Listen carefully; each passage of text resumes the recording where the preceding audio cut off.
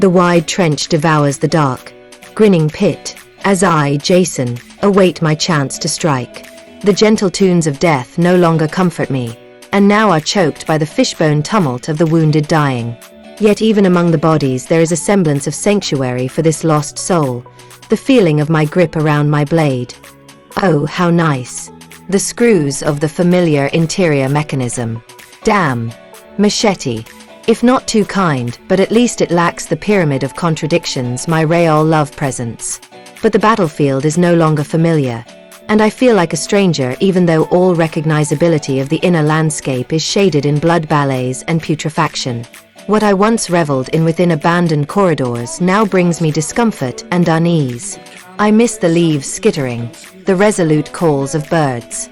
I miss those limpid, tranquil moments of serene beauty. Yet now I find myself confined to the physical chiasm of trench and fog whistle, sanguine congeries, and the daily, death-bound grind. Yet, still, even though I am a stranger in this place, unfamiliarity and unutterable disgrace. The weapon that decorated my life now feels foreign and strange.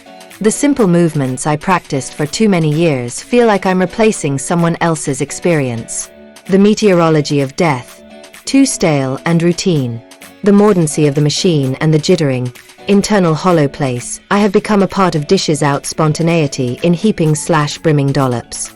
Since then, there's been little peace to my mind.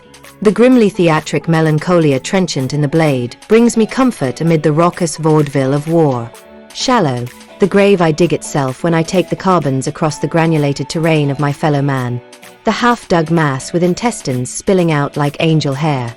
But, despite this execrable and necrophagic ground, the grind of the terminus stone interstice machine, that machete is strangely comforting.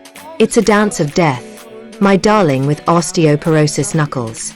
I know deep down I could not stay in my home, now dubious what has taken my blade's place in my heart. It started out just simple utility. The grim play of war was backdropped parsimonious tedium.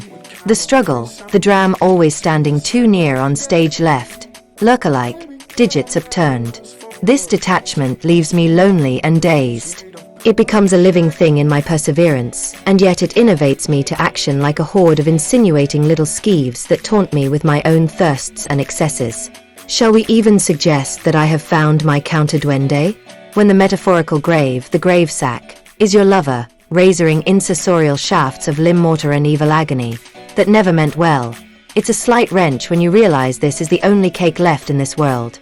The grimly theatric melancholia trenchant in the blade brings me comfort amid the raucous vaudeville of war. Shallow, the grave I dig itself when I take the carbons across the granulated terrain of my fellow man. The half-dug mass with intestines spilling out like angel hair. I don't know where this civilian grind will lead.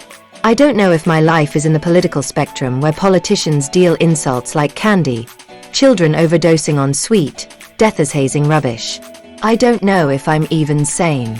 But I do know that my machete will simplify my journey via jagged wounds. It will streamline objectives in an arcane and vituperative way. How I will find comfort through these times of permanent hate.